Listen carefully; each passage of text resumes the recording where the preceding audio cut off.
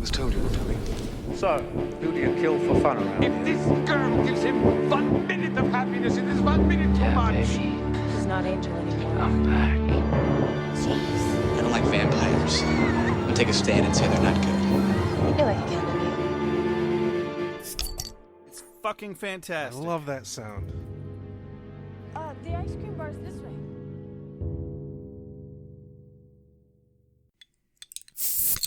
Here we are again. Hello! This is Beer with Buffy. I'm Josh. I'm Rex. And I found out that the previous 2 episodes' beer bottle dysfunction that I was having wasn't my fault. Are you sure? I am positive they needed to open a bottle at my coffee shop hangout, and they didn't have a bottle opener, so they had to borrow my bottle opener, and they had the same problem. So this thing's just worn down to a nub. I'm just an alcoholic. That's all there is to it. That's the real problem here, and that's not a problem, because It's kind of a problem. podcast though. Yeah. Damn it, Rex! We need to get you one of these lodge ones that I have. Help me justify my problems, Rex. I What am- else are you here for? I'm your comedic foil. So, a few episodes ago, by the way, I'm a theater major, and I didn't know who Shylock was, and I'm vaguely ashamed. I never said I was a good theater major. Go fuck yourselves. Especially you, Rex. Hey, Rex, go fuck yourself. Go fuck yourself. Also, I need a refill on whiskey. Can you, God damn it. can you hook that up there, fella? Buddy? Boss? Dude? Bro? That's a lot of whiskey. Hey, and it's good whiskey. From my fancy fucking whiskey decanter. We're sticking with the Irish theme. Oh, we're going full Irish today. We've got the Jameson and we've got the fucking Guinness. The Guinness. Fucking Guinness. But you know what you don't do? You don't fucking go to Ireland and say, hey, a diddly do. I'd like to order an Irish car bomb, because that's when they say, no. oh, is that what you'd like, Sonny? How would you like me to come to fucking America and order a fucking... I think that's the moment that they put you in a car and blow the fucking car up. I'd like to order a jetliner into the fucking Twin Towers shot, please. I really hope that somewhere in the world there's a 9/11 drink. I'm sure they made it up. It's just to piss us awful. off. It's awful, but you know what? It serves America right. I may have to cut that specific part out. Yeah. Oh, dear. Hey, everybody. It's election day. Hey, so anyway, Shylock. Fucking Shylock. Rex had an amusing anecdote about Shylock. Go on. So our composer, who I work with, listens to the podcast as we release them, not as we're recording them. It's more fun that way. Yeah, and I'm sitting there at work at the desk, and he walks up to me and slams his hands on the desk, snaps at me, Shylock is a Shakespearean character, you uncultured swine. Swine! So, cheers to Ben. Fucking cheers. Thank you, Ben. I do want to mention, though. I wasn't even there. After that, he did admit that he has only seen 2 Shakespearean plays. That just so happens to be one of them. Wait, which one was it? I don't... God damn it. We are still both completely uncultured swine. We have a Buffy podcast. Of course we're uncultured. Oh, excellent, excellent. Oh, fuck. Well, here we are. Here we are. I didn't write down the name of this fucking episode. Yeah, it's Inca Mummy Girl. By the way, season 2, episode 4. I want to go on record real quick. I'm angry.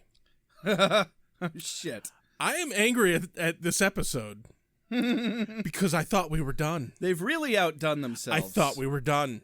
I thought he was gone, Josh. Save it. We have so much complaining about Xander to do this episode. So much. We're missing an important step here. Yeah? Josh, how about a mom synopsis? You want yourself a mom synopsis, do you? Is that what you need? You're getting a dad synopsis today. All right, Junior. I see you sitting there. You're watching your fucking TV show about demons and fucking vampires. Yeah, there's some cute girls in it, but god damn it, what are you, did you even look for a job today, you fucking loser? So your Jewish mom is married to a wise guy? I think that's a Bronx accent or something. Jewish Jersey woman and a Bronx dude. All right, it's kind of wise guy though. It's kind of wise guy. I'm gonna work on that. We're not we're not actually doing that. Joshua, I'm so sorry that your father was here for a moment. He doesn't have custody. He never fought for you like I fought for you. We've been divorced and he's been dead for like 9 years or something. I don't know. I'm bad at math. 12. It's been 12 years, Joshua. Mom, I still have dreams about my dad. I wish you could be a little more sensitive about that.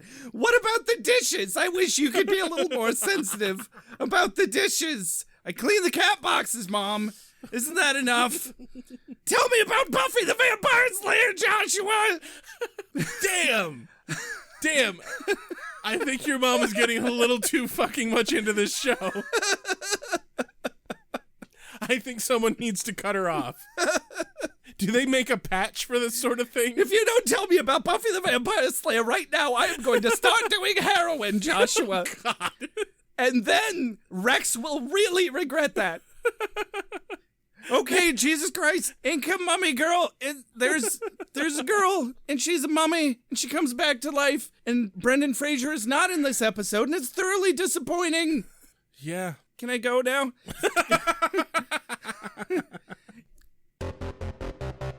Is this for me? I must be ready. I need my strength. Give me more! Nights I shall walk in the earth. Hold on. You've got something here on. Oh, man. Cold open. The first note I made was a little bit of Nice Guy Xander in the opening. But no, he's just peppered throughout the episode. Completely throughout the episode. I really thought he was just gonna, pop up his ugly head for a second and then go away. But no. I thought we were fucking done. I want to speak to the fucking manager. Hold on, we have to take you to get a Bob haircut first. I don't know what. Damn it. I don't know what Bob has to do with this, but his haircut just makes me want to talk to the manager.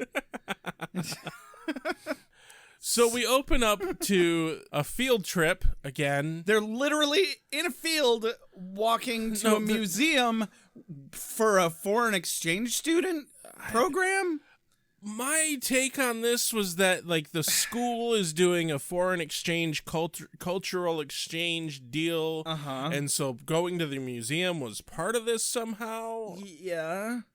And they have a culture dance where everyone dresses up as other cultures. Oh, that's... And holy shit, talk about insensitive. That's what the costumes were about. Yeah. This episode might as well have just been called Cultural Insensitivity Day. Yes. I swear to God, this episode... There's a couple of spots where certain lines are said, and I only wrote down one, but there's a couple spots where certain lines are said. I'm like, that would not fly today. This episode, I swear to God, was run by Michael Scott. I don't know, like, you haven't seen The Office, so you probably don't get that reference at all, but... Not fully, no. It's bad. It is. It's bad. that bad. This is one of those Buffy episodes that did not step far enough away from its 90s TV's roots. Not quite. I mean, there's only so far you can go while you're still in the moment. Anyway, it opens up. They're going into the museum. They're talking about Culture Day, and Buffy's worried about having some exchange student. And they reestablish real quick just how superficial Cordelia is. Yep. They go into the museum, they're seeing the mummy and all this, and they're still talking about the cultural exchange thing, and... He has boy parts? Yeah. Fucking Xander, like, freaks out because apparently the exchange student that is going to be staying at Buffy's is a boy. Yeah. I think the worst fucking part of Xander in this is that Xander obviously thinks that Buffy will fuck anybody. I don't understand where he's coming from at this point. I don't either. I really don't. I feel like this was just how they made guys feel like they were supposed to interact with women. But here's the thing. So the whole point of the trope that is nice guys is nice guys are nice to a girl. They warm up to a girl, and then when they're like, "Hey, bone me," and the girl says, "No, I'm not interested in fucking you," they're like, "Oh, fuck you, you whore." Yeah. And that's what he's doing here. He's basically assuming that she will fuck any dude that comes into her life. Yeah, you're right. Like, he has reached the final pinnacle of nice guy because he just assumes that obviously some dude who comes into her house, she's gonna bang. Yeah, except she wouldn't bang him. Right. So she has... What's his precedent for this? She has it on for Angel. Why the fuck is he worried about anything? Yeah, I mean, as far as we know, she's a fucking virgin. Right? None of them can get a fucking date, especially, No. this episode just completely reiterates how much Xander cannot get a date. The whole episode is Xander is awful. Like, the whole episode. Like, he has no game. He has no ability to talk to women. The only reason he gets as far with the situation as he does in this episode is because she's not from around here. Right? I'm kind of upset that the episode kind of gives young guys the impression that you can just be a flailing twat and still get a hot chick. Such a douche. Hey, watch me stuff this Twinkie in my mouth. That's right, so funny. So we're... We need to really get back on topic. Yeah, seriously. Otherwise, this episode is going to be way too long. So I think even Nicholas Brendan is getting sick of Xander's shit at this point. I think he is too. Because there's a couple spots where, like, his nice guyness doesn't read well at all. I saw him try to throw away some nice guy Xander lines, but they wouldn't fucking let him just because of the... Yeah, exactly. The episode in its entirety called... It was like, nice guy Xander, your time is not yet over. Now, so I did write a quote down from this opening scene. So Willow said something about Buffy solving problems with violence. Yeah. And she says, "I don't always use violence, do I?" And Xander replies with, "The important thing is you believe that." Yeah, I got that one too. So that was pretty good. I also want to mention the mummy looks amazing. It does. That was really good. Either they got a real mummy or somebody in the props department is fucking skilled. Somebody in the props department is fucking skilled because there were multiple shriveled corpses. All through the... were all really good. good. The makeup work and the props work in this episode are fucking stellar. For it being a Creature of the Week episode, fucking stellar. Absolutely. Acting wise, however, at least for the first maybe third of the episode, I was like, holy shit. Is it just me, or are they really phoning in this episode already? I don't think that's what's happening. But I think the problem is we're comparing it to last week's I know. I kind of got the impression at one point that the writers, they were like, hey, Nick, Mr. Brennan, we don't really want to write your part this episode. We have other things to do. Just go ahead and improv your part. You've done the nice guy thing enough. I think you got it. Just base it on all the shit we've given you to this point. Yeah. That was the impression I got. And you know what? If that was the case, he did good. He did really well. Because if you look at the number of episodes that he's had far more Nice Guy Xander episodes than anything else. It specifically kind of got better as the episode went on, if you look at it from that perspective. Right. Well, the other problem I think we have here with this episode is last week's episode was amazing, and this week's episode is kind of when it comes to the acting, it's kind of The thing is it's still above the first season in acting, I think. Sure. Just real quick, we've established that Rodney is a person, yeah, and he gets attacked, and whatever opening right. sequence. The school bully, terrible art thief. Yes. because he sneaks up and like immediately like smashes this plate seal thing. The mummy wakes up and kisses him, and he's dead. Throwaway, completely cannon fodder character sets up the episode. Moving along. Dig this. Dig this. Sorry you had to wait. Fire, beheading. Hurry up, sweet dreams. Sunlight. Hurry up, sweet dreams. And water, usual. Oh yeah, I hit him. With what? A desk. So we're in the library. Yep. Giles is training Buffy. They're talking about the dance, and again, with this bullshit of you have to focus on slaying, but you have to keep your secret identity, which makes no fucking sense. Obviously, if she wants to keep her secret identity, she has to fucking go to the goddamn dance. She has to participate. God damn it, Giles! She has to participate. Even Alfred was British. There's no excuse here. No excuse. Come on. But she says, oh, I know this one. Slaying entails certain sacrifice. Blah-de-dee, blah, blah. I'm so stuffy. Give me a scone. It's as if you know me. Anthony Stewart's head delivery of that line was so fucking perfect. Oh, man. He took it in stride. Yeah. Yeah. They have this really nice little shit-slinging rapport going on already. It's nice. Yep. The most interesting part about this scene, other than that, was that they scrolled Seth Green as Oz Yes. in the credits, and I was like, oh, shit! We'll get to that later. I know. I wrote a thing. But, they ruined it with the credits, so Yes. it's like, ooh, Oz! I do wish they had not done that. Yeah. In this scene, Willow is fucking still pining over fucking Xander. Yeah. At this point, Willow, really, get the fuck over it. Get the fuck over it. She even walks in and overhears him inserting his foot 18 miles into the cavernous orifice he calls a face. He's inside out by this point because it's gone so far down his throat. Yeah. Jesus Christ. Because he's like, she's my best friend, and I just don't think about her that way. And it's like... Which is bullshit. Which is bullshit. We Which know is bullshit. he's... Like, and that just makes him a terrible fucking person. Yes. That'll try and jump on any girl that's available. Yeah.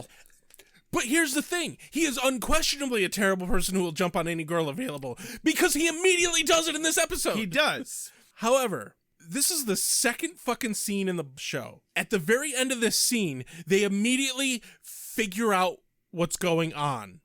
Yeah. They have the plot already. There was no mystery solving in this at all. Go Scoobies. God. Holy shit. You fucking did it. Jinkies! It must be a real estate scam. Christ. I was so proud of them. I was so proud of them because they're finally ahead of the game a little bit. A little bit.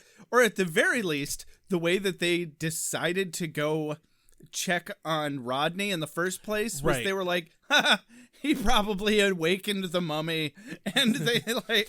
I wrote down. Hold on, I just thought the comedic moment of the three of them having this moment, like, and the mummy attacked him and killed him, and then the slow, grim realization that they're probably of that being a real possibility. So they walk into the library. Now, I wrote down the entire interaction here because it's all a bunch of good lines. Why not? Willow says, opening on this scene, on the other hand, maybe Rodney stepped out for a smoke. Xander goes, for 21 hours? Hey, the stuff's addictive. Giles says, we'll deal with that when we've ruled out evil curses.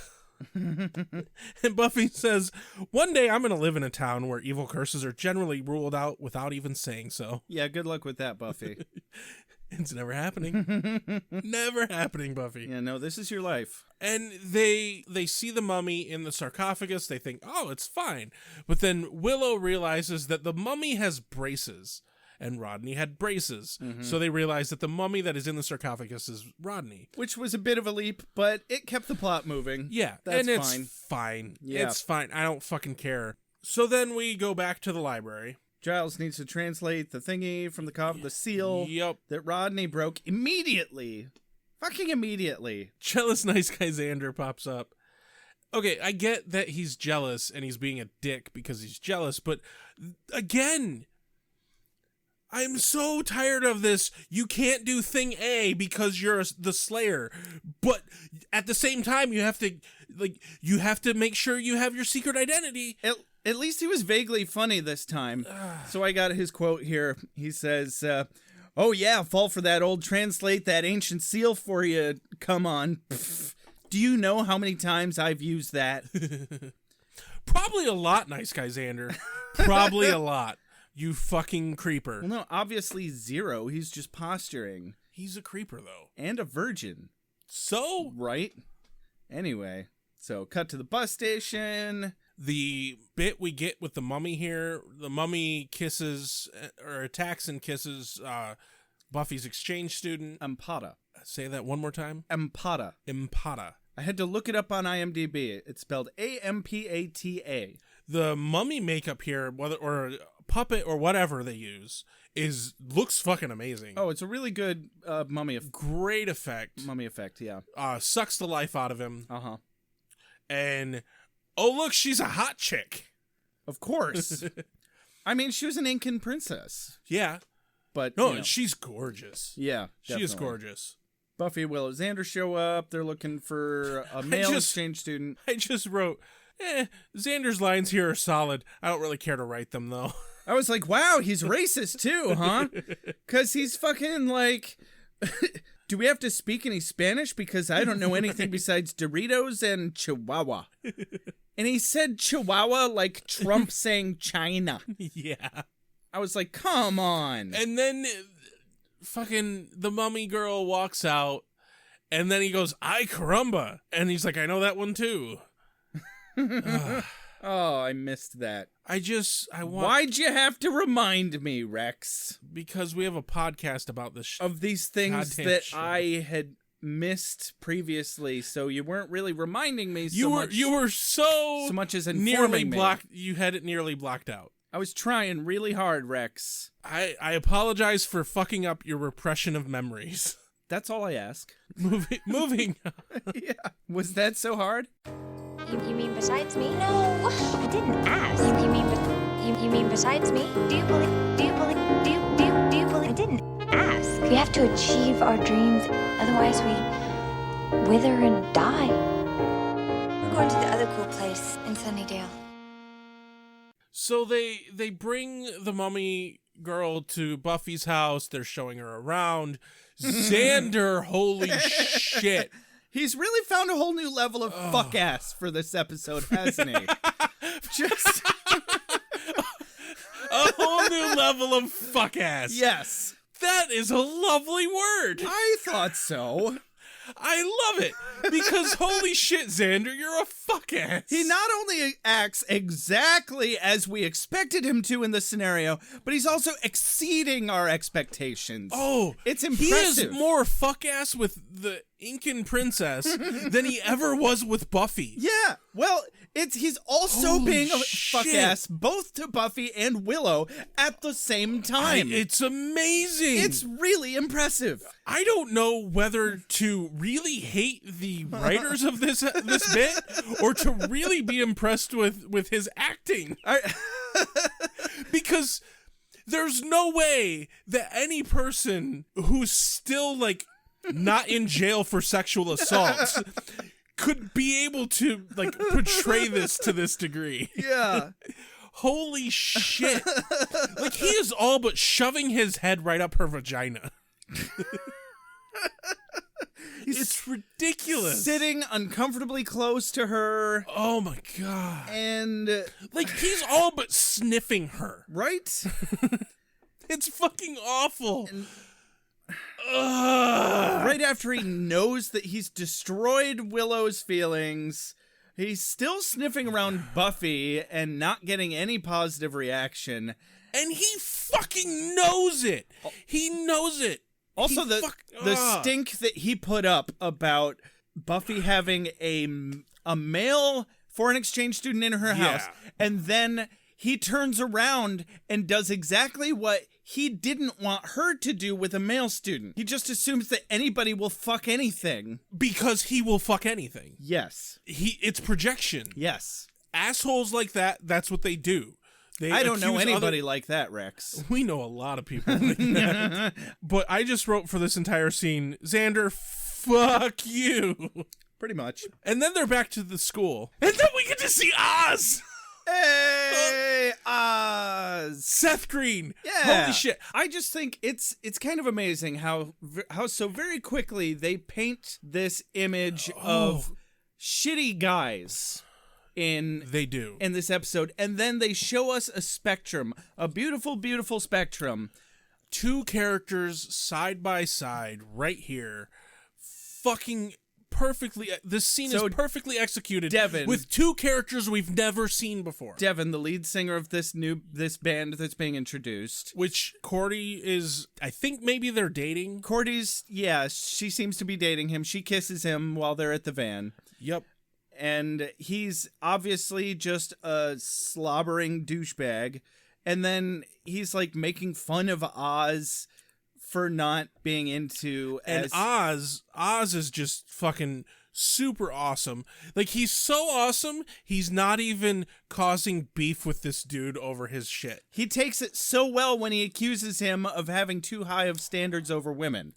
So, what was the lead singer's name? Devin. So Devin says, Oz, what does a girl have to do to impress you?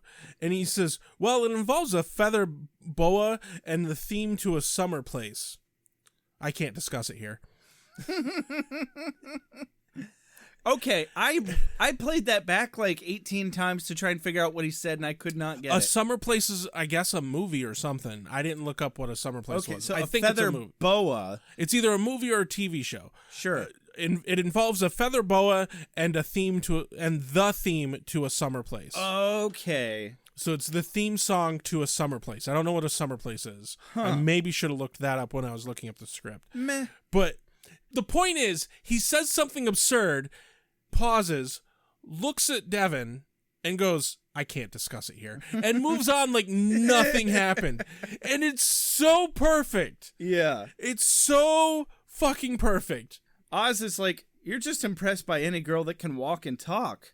Devin's like, she doesn't have to talk. Yeah. And that's so disgusting. It's so Thank you for putting Xander in perspective, kind right, of. I guess.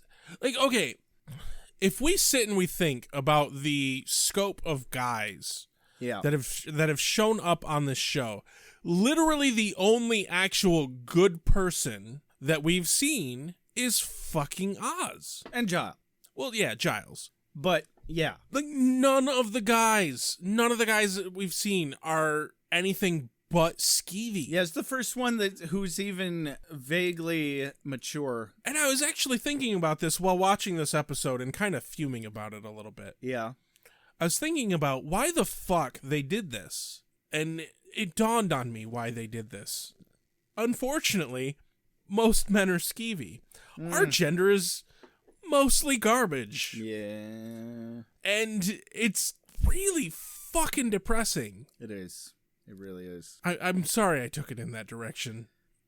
It pisses me off that it's not inaccurate in its depictions. Because the very next bit, I nearly punched my fucking computer.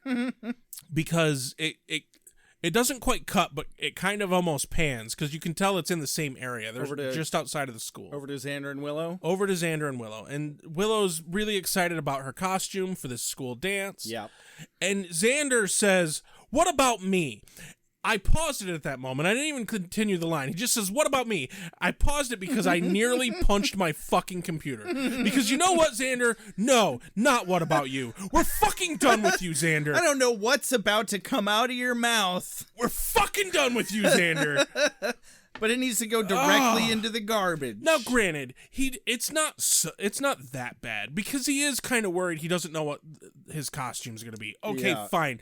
But fuck you. Your best friend is really excited about a costume, and you're not relaying any of that enthusiasm at all. You know what bothered me the most about this scene was Willow finishes it up with, why are you suddenly so worried about looking like an idiot? And then immediately apologizes for what she said by saying, oh, that came out wrong. And I'm like, no! It didn't come out wrong, That Willow. was exactly the right thing to say. It didn't come out wrong. Exactly. Yeah. Not that many episodes ago. We had that beautiful moment where he was pissed off because Buffy didn't want to fuck him, and Willow's like, no, I'm not going to the dance with you. And I thought that was the moment that she had her head out of his ass. But no, it's right back there. Yeah, they're dragging that out too. It's hard for me to say anything cool or witty or at all. I can usually make a few vowel sounds and then I have to go away. I don't mean to interrupt your downward mobility. Yeah, you're the Slayer I and just wanted to we're tell like the Slayerettes. Oh, please. Transition to Buffy taking Ampada to meet Giles. The next couple of scenes, they jump back and forth between a couple of bits. But it starts in the library, and fucking Giles, without any tact or subtlety whatsoever. None whatsoever. He's like, here, look at this thing. Yeah. Translate this. And she translates one of the symbols to bodyguard. Uh-huh. And that's pretty much it. Honestly, I thought it was kind of brilliant how they even had Buffy call him out on that. She was like, there was nothing awkward about that at all. Frankly, I thought that was a great, from a meta standpoint, that was a great writing technique to keep shit moving. Yeah, and that's excellent. But she's the fucking mummy. Oh, yeah. And we know this by now. Yeah, of course. And so she says that it translates to bodyguard. Yeah. So they think that which we didn't mention before, they got attacked at the Oh yeah, there's some fucking guy with a sword. Yeah, he attacked them at the museum the second time they went there when they found Rodney. So they think that that's some sort of bodyguard. And then Buffy is like, hey, you need to kind of go away. I have some shit I have to do here in the library to the Inca Queen Mummy Girl. And I can't say her fucking name. Ampada. It's not actually her name, though. It was... Right. It was do we ever even find out what her name is? Even on IMDb, it said Ampada / Inca Mummy Girl. Okay. So she had no name. No, I'm just going to stick with Mummy Girl. That's... Okay. I can say that easier. Because Ampada was actually the male foreign exchange student that was supposed to show up. So as soon as Buffy is like, oh, you need to go away... and she starts to say, hey, Willow, can you take her somewhere? And Xander just completely takes it upon himself to... It jumps between the library and following Willow. You just need to be over that asshat. Yeah. Because they leave and she's just like looking at them longingly, puppy dog eyes. She gets super sad Willow for a second there. And then it goes to the bleachers. The bit on the bleachers between Xander and her is kind of... I just called it the Twinkie scene and moved on because, frankly, I'm just... Like, this is another one of those moments where we get the fucking B-team writers trying to be like, hey, kids... Look how unimpressive you can be and still get yourself a hot chick. Yep. Come on. And then they go back to the library where Willow is still pining over Xander. I mean, mainly it doesn't make any sense to me because she doesn't... How does she know any English, let alone understand any kind of Whedonverse nuance that they keep throwing at her? Yeah. Especially when they were in Buffy's room and she said something about the teeniness of her room. And... she gets it completely. She's just woken up from a 500-year fucking death nap. That premise is not good. And she got the word They kind of hint that while she was in full-on mummy form, the mummy was on tour and she was still like conscious or some shit. Which, that's a special kind of hell. Fuck that. I'm sorry, but if... like... There is an actual, like, belief that when you die, you're just, like, trapped in a body and can't move, and that's terrifying to me. Oh, I was dead for so long. But no, I'd be like that. So I guess that's what they're doing here. She knows what English is because of that. Sure. But anyway, we go back to the library. Willow's still pining over Xander like a dipshit. But here, Buffy finds the translation for some of the symbols on the fucking tablet. And Giles is like, actually encourages her and says, good job. And is grateful and not dickish like he has been every other time that she's done anything intelligent. Oh, I'm glad you picked that up because I was concentrating more on Willow feeling sorry for herself.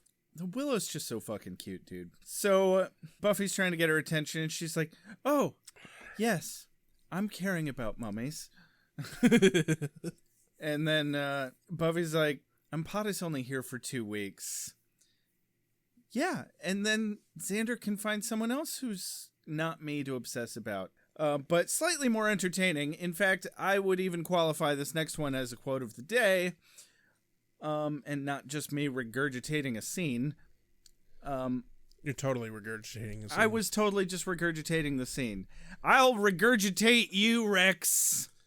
Fucking gross. I'll regurgitate all over you. Things that make you go bleh. What about things that make you go blah? I don't think I've experienced those things in life. Why don't I regurgitate on you and see if that happens? I don't think it will.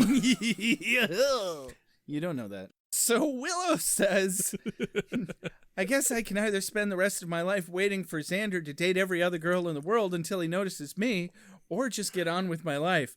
And Buffy's like, good for you. I didn't choose yet.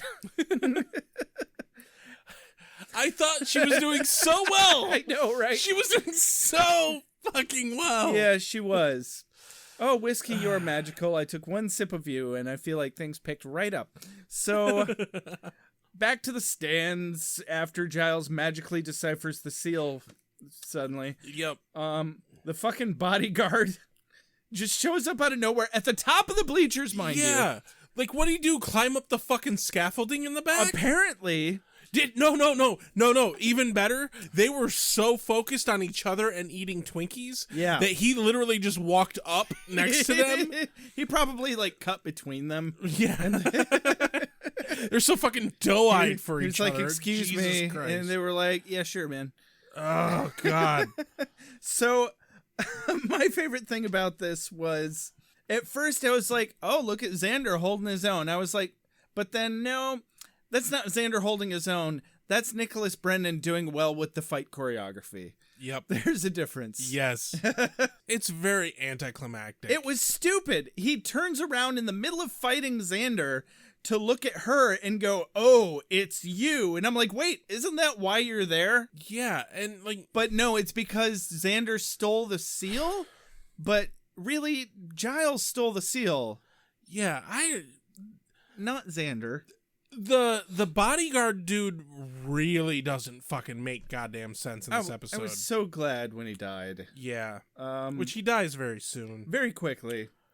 And which is so fine. then we're back to the library. They clearly paid him like 2/3 of a pizza to do that role. So, not even a whole pizza. And a donut. But only one. You better not take the fucking jelly-filled donut. There's a reason why you're here. The reason what's now. There's a reason why you're here. The reason what's now. I typoed the shit out of the sentence that I wrote here, so I have no idea what happened in the next scene. Awesome. Library. Ampata freaks out over the bodyguard. Right. She's like, oh, you need to destroy the seal. You need to destroy the seal. It is a danger. Your investigation is a danger to us. No. Oh, that's what I wrote. Need more lemon pledge. Because I wrote, yeah, good save there, Xander. Because he goes, oh, we're not actually an archaeology club. And he's about to divulge to her that, that they're the Scoobies and that she's the Slayer. And Giles is like, and he's like, we're actually a crime club. It's like, you guys, we're actually a crime club. We solve mysteries and stuff. He says we're a crime club. It's like the chess club, but with no chess. And crimes. Good save there, Xander. Oh, the only reason she believed it is she's a 500-year-old fucking mummy. They didn't have to try very hard, clearly. No. However, on a positive note, they come up with a pretty quick plan here, and it's a solid plan. Buffy and Giles do. Well, after Willow pulls up her big girl panties and walks out into the hall and says, you know what, Xander, you should just take Ampada to the dance. Thoroughly establishing herself as the better person, and not even for the sake of appearing to be the better person, like what Xander would do, so much as actually being the better person, which I only find slightly questionable, but not really, when Xander walks away and he's like, you know what, Willow, you are my best friend. And she's like, I know. So yeah, Buffy and Giles have a plan. They're going to go to the museum. Buffy is sad that she has to miss the dance, but she accepts it. She does. Slightly reluctantly, but mostly she accepts it. She understands it's important. She has a fucking job to do. Yeah. And then we get Xander asking the mummy girl to I was the like, fucking dance. what could you possibly be talking about, Rex? Oh, Xander. There is one good line here. What else could possibly elicit such an emotional response from you? So yeah, anyway, he asks her out and she's like, oh, I like you too. She's more than happy to go to the dance.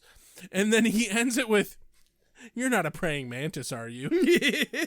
You're right. To be fair, he checked. But yeah, anyway, so the mummy is like, oh, I'm going to go somewhere you can't follow me. And it's the girls' room. It's the fucking bathroom. Uh-huh. She goes into the bathroom to, like, fix her fucking makeup. The bodyguard dude is there. Hey, at least we have some sort of evidence that Xander respects some sort of boundary. Yeah. There's at least a boundary. That's something. One boundary. It's a start. So the bodyguard is in the fucking bathroom. Yeah. And, like, there's no fight. She just grabs a hold of him and fucking kills him. He, like, kisses her back. Right?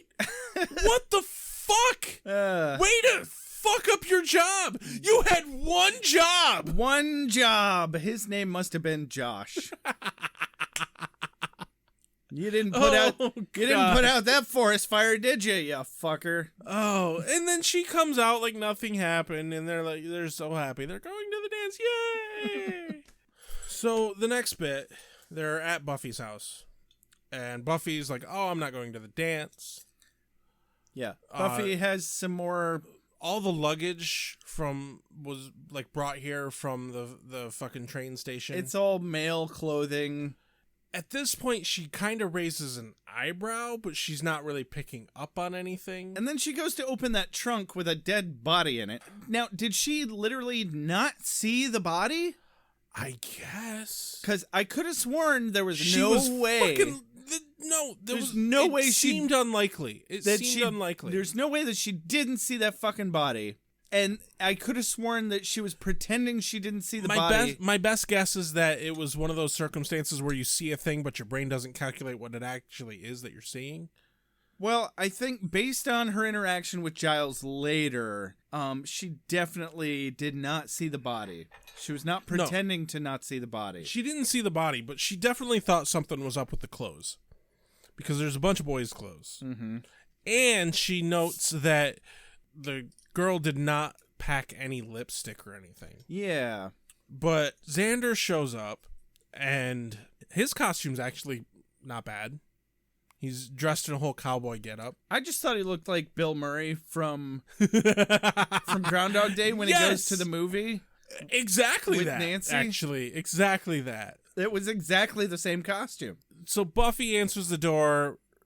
Xander comes in, and the Inca mummy queen woman princess comes down the stairs, and Xander's like blah, blah, blah, blah, blah, blah, blah. And Buffy's all like, oh, I translate boy gibberish. He says you're beautiful. Specifically says American salivating boy talk. Oh, beautiful. He says you're beautiful. And then he's like, none. And he says thank you. Yeah. But then, so they leave. Joyce pops up for a second. And she's like, oh, you noticed Buffy was stubborn too? I'm like, get off the camera, Joyce. You know what? I do have a question of, is it possible that Joyce could have translated that tablet? She deals in art artifacts and shit, right? Huh. She runs a fucking museum. No, we should call her and ask. Yes. Definitely. You know, the character's not dead or anything. Is this yet. Joyce? She's dead now. You're being insensitive, Josh. That's right. Stop it. I will not. Giles shows up. Shows up. They're like, oh, wait. Because Giles is like, hey, they found the bodyguard dude in the bathroom at the school. He's dead. He's a mummy. Yep. And that's when they realize that the chick is not the exchange student. It's actually the mummy. Oh, it must be Impala. Yep. So then we're at the Bronze, and Oz's band is playing. The Bronze. The Bronze. The Bronze. And Willow's an Eskimo. Wouldn't that just be really warm? I would be sweating my ass off. Uncomfortably warm. She picked the wrong kind of hot. She did. Yeah. She went for hot. Mistranslation. Yeah, should have gone for caliente.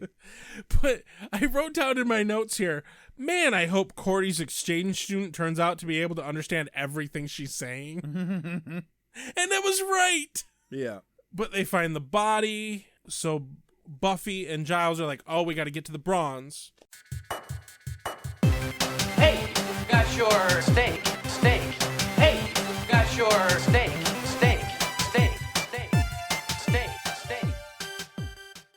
Oh, and this bit at the Bronze is just fantastic. Yeah. Xander takes, I keep wanting to say Impala. I know, me too. Car. Me too. Impala? Empata. So it's like Harry Potter with an M. I am. So the Ford Harry Impala, Potter. the Ford Impala, Incan princess queen mummy. Harry Potter. Harry Potter. What are you doing in this TV show? Her and Xander are dancing, and they Stop calling your son Harry Potter. I will call him whatever I want to. Goodness, your parents have never been this late in the podcast before. There's a first for everything. We forgot to close the door. I don't just have mommy issues, everyone. You're welcome. So they do this same switch on us again, where Oz is like, who's that girl? And the lead singer is like, oh, that's an exchange student from fucking South America. Ah, but he's talking He's like, about Willow. No, not that girl. The one dressed as an Eskimo. Hey! Because he's checking out Willow. That's called subversion. And golden moment in Giles's car. She's like, step on it, Giles. And he's like, I am stepping on it. And she said, one of these days, you're going to have to get a grown-up car. More importantly, I wrote down Buffy and Giles should have walked there. Obviously, it would have been faster. It would have been quicker. And just a scene later, it proves the point. So this is when they realize They in the probably car could have ridden a riding lawnmower there faster. Yes. So in the car, they realize that they need to find all the pieces to the slate thing, the seal. Yeah. And so Giles decides he's going to drop Buffy off at the Bronze, and he's going to go to the museum. Good plan. They're actually like doing a good job of thinking on their feet here. Mm-hmm. And then they waste a solid 5 minutes on this fucking dance montage with Xander and Impala. So to paint a picture here, we're sitting in the coffee shop watching the episode separately. And we try to do a good job of not interacting with each other when we do this, but you had already finished up. I wasn't done taking notes yet on the episode. No, I was on that scene and you hadn't gotten that far yet. I wasn't done yet. But I hadn't gotten there. Yeah. And you're just kind of like making a masturbation motion at me. And I'm guessing that this was the scene that you were referring to. It was exactly the scene I was referring to. Because, like, God, I was like, bad. You'll know when you get there. So awful. God, it's bad. So they almost kiss. They do almost kiss. But she realizes that she's turning back into a mummy. Yeah, that's unfortunate. So she bolts. Can I say how disappointed I am that I think it's hilarious that they let Willow in with a real fucking harpoon. Right? And I'm disappointed she didn't use that it. she didn't get to use it on anything. That is, yeah. It's really upsetting. So this is my angry letter to the B team writers of Buffy the Vampire Slayer of season 2. God damn it, you people. Issue 1, stop with nice guy Xander. Just stop.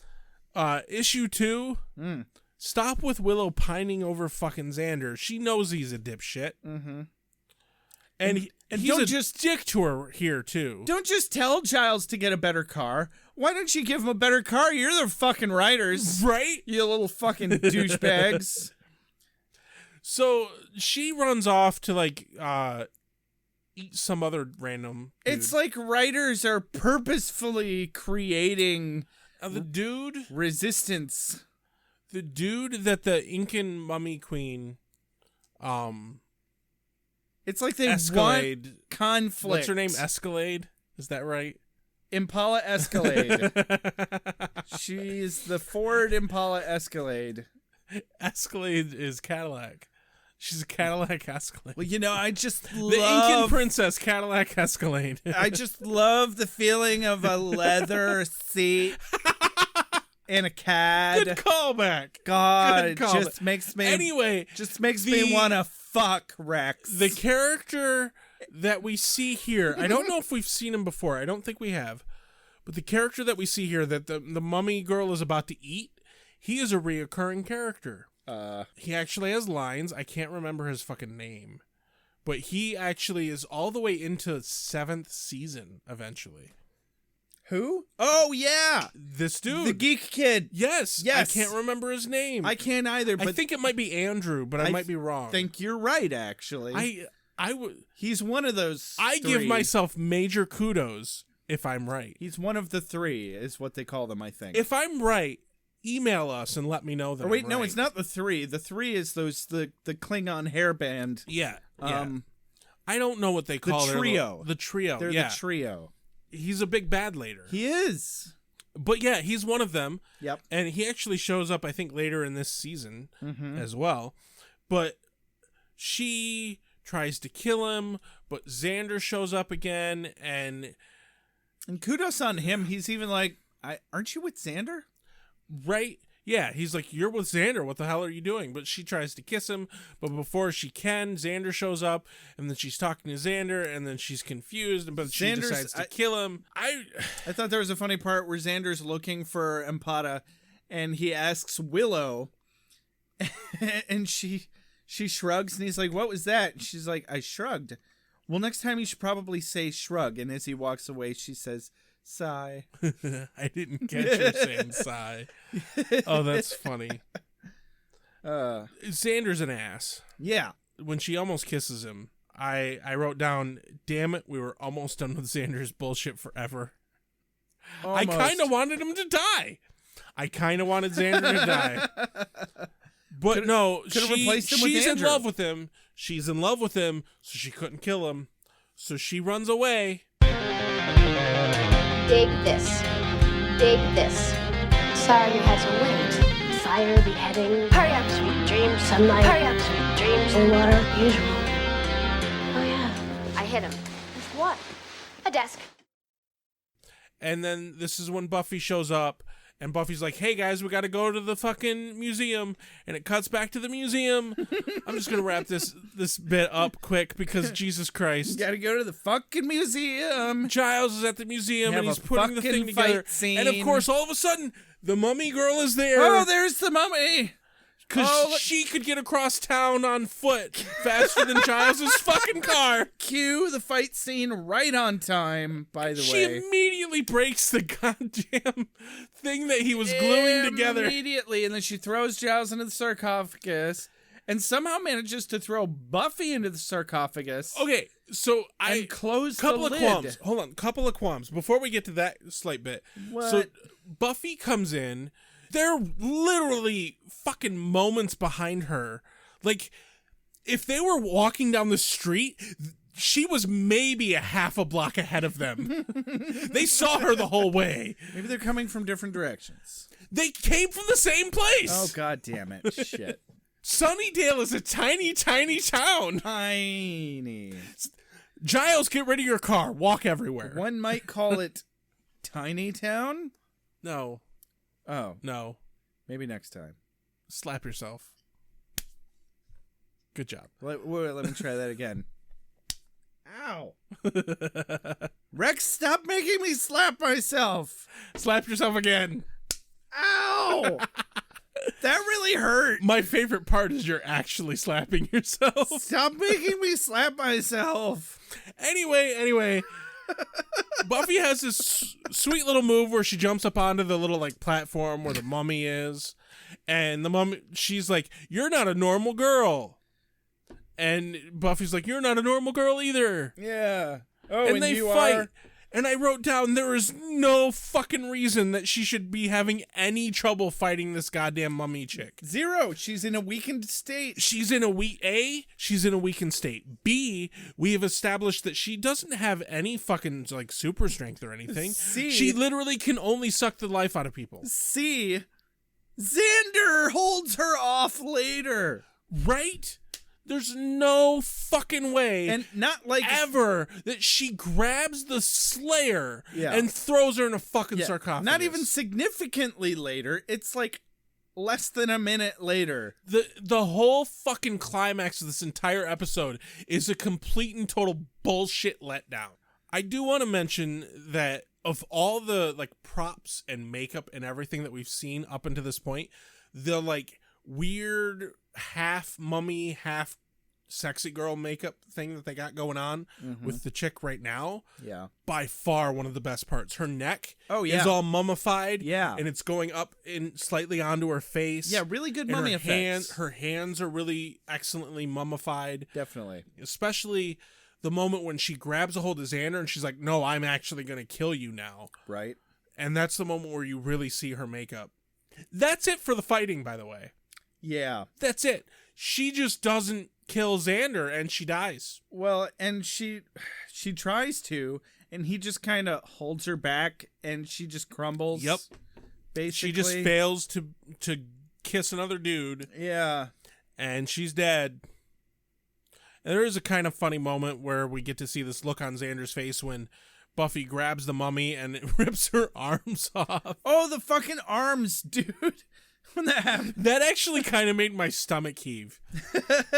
I was like, oh shit. Like, and this woman in the coffee shop turned around and looked at me. I was like, no, I'm watching a thing. It's okay. No, like, so the effect they used was like, they had the arms that were like a casing, and they actually had like gooiness. A little bit. There was a bit of gooiness, and it was a bit disturbing.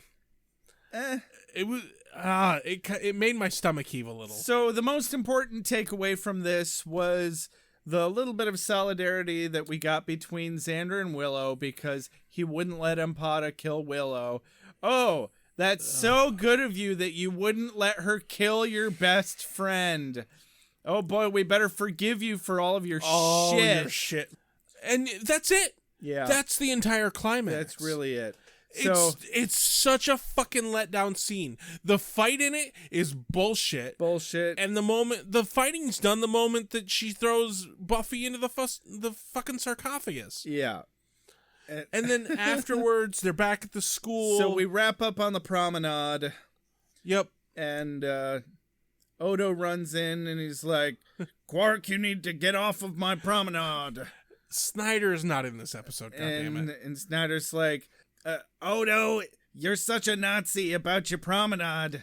I'm trying to make both of us some gold-pressed latinum here, and you're making it really hard for me. So the ending really scene, God damn it, hard for me. I fucking knew you were going that direction.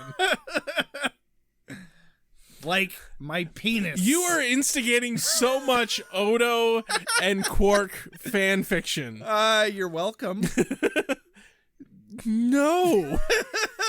My Quark Odo fan fiction is better than this episode, okay? I won't argue that. So the last scene here is between really Buffy. God hard. damn it. Almost as hard as this gold press latinum. Shut the that fuck I'm up. about to slip into your pants. Odo. Odo doesn't have pants. He has legs that look like pants. Keep that in mind. They He's both not know actually that. wearing clothes. Don't ruin it for the Odo youngins. doesn't have genitalia. Odo can have whatever genitalia he wants. Anyway, the end of the goddamn episode. We're here to talk about Buffy. My bad. The end of the episode is Xander and Buffy. And, like, I was barely following the conversation at this point. I was fucking bored. Yeah. I was fucking bored. But Buffy says to Xander, I had you to bring me back at this bit. They're talking about the fucking problems with relationships or something. And all I can think of is, Buffy, don't fucking tell Xander that. Don't tell Xander. Don't tell him, I had you to bring me back. You're such a good friend. Yeah, God. Bullshit. Oh, God. They're enabling him. Yeah, they really They're are. just everyone. Yeah. Go away. I wish the mummy killed you, you bastard. Fucking die. I'm sick of it. All I said about that scene was Xander feels sorry for himself. Buffy empathizes with Empata and tells a meaningful anecdote that demonstrates her understanding of parallels between her and Empata. And then Xander and Buffy share a meaningful moment. Kind of. Except it's a bad meaningful moment. I'm done with this episode. Gur fucking arg right here. Gur fucking arg. We're done. I'm sick of it. Fuck the Gur. Fuck Nice Guy Xander. I'm done with it. And the arg. If we have to watch another goddamn episode. Furry navel. If we have to watch another fucking episode of Nice Guy Xander, I might be I think I'm gonna have to quit. I just can't fucking deal with this shit anymore. Arg. We Gur-arged, Rex. Yes. We can't. Is this for me?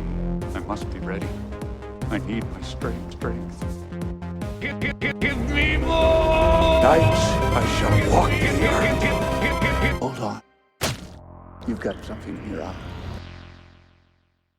How do you feel about this episode, I Rex? fucking hated it. What? I fucking hated it. That's crazy. No.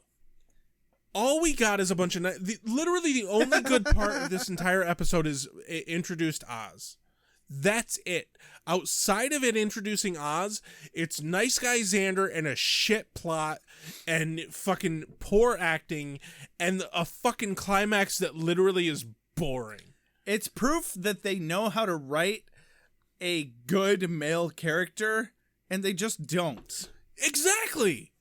This is a good example of everything they did wrong in the first season. Yeah. And just enough to prove that while they're writing this shit episode, we still do know how to do our jobs, guys. Yeah. Bullshit. This whole episode is bullshit. We're just leaving ourselves room to grow, you guys. Whoa. I do want to say, though, I was really fucking shocked at how goddamn young Seth Green looked. Right? He looked like a little baby. He did. And I mean, this was so young. This was before he was super famous, too. Oh, yeah. Seth Green is actually like one of my favorite nerddom icons. As he should be. Yeah. What's your quote? Unquestionably. What's your quote of the day, Rex? Oh, I have to go with the training bit. Hold on, let me find it. Okay. The training bit between Buffy and Giles. Yeah. When she's like, oh, I know this one. Slaying entails certain sacrifices. Blah, blah, blah, blah, blah. I'm so stuffy. Give me a scone. Yeah, yes. It's like you know me. But her delivery of "give me a scone" is just so good. I can just imagine Giles going, "Give me a scone." Exactly. That's the point. Right. There's my quote of the day. All right. What's your quote of the day? My quote of the day is also Buffy when they're in the car and she's like, Giles, one of these days, you're going to have to get a grown-up car. The interactions between Buffy and Giles are the only good actual interactions. Just because those are the only interactions in this entire episode that aren't ridiculous self-pity or exactly crazy, creepy garbage. Exactly. That's it. Like, So you pretty much felt the same way about this episode as I did. Good. Fedora. We're on the same page. Fedora. We're on the same page. Fedora. Fedora. So Fedorable. We're done now. So if you could all subscribe, like, share, and you can find us on Facebook and Twitter as Beer with Buffy. Check out beerwithbuffy.com for a list of all available streaming options. You can email us. We have a whole list now. A whole list. You can email us anytime with questions or concerns or whatever at beerwithbuffy@gmail.com. As always, huge thanks to our composer, Benjamin Alexander. You can check out a lot of his music. He's actually started to post other Buffy music that he is creating that we are not using in the podcast on his SoundCloud. Oh, really? Just stuff that doesn't quite fit with what we're doing, but he still's making good shit. Yeah. On top of that, number one thing, please review us on iTunes. Number one thing that can help us out. Please and thank you. This has been Beer with Buffy. I'm Rex. I'm Josh. Have a good night. Have a better night than Xander. Oh, fuck Xander. You are the Slayer. Lives depend upon you.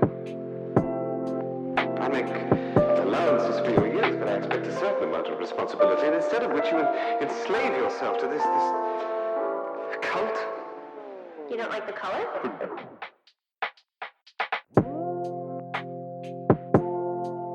You have a sacred birthright. You were chosen to destroy vampires, not to wave pom-poms at people. Why can't you people just leave me alone? You are the Slayer. Go ahead. Prepare me. I'm a watcher. I haven't the skill. Oh, come on. By appealing to your common sense. Earwolves, incubi, succubi, everything you've ever dreaded was under your bed, but told yourself couldn't be by the light of day. One gal in all the world. Common sense. One gal in all the world. Was a bit, British, wasn't it?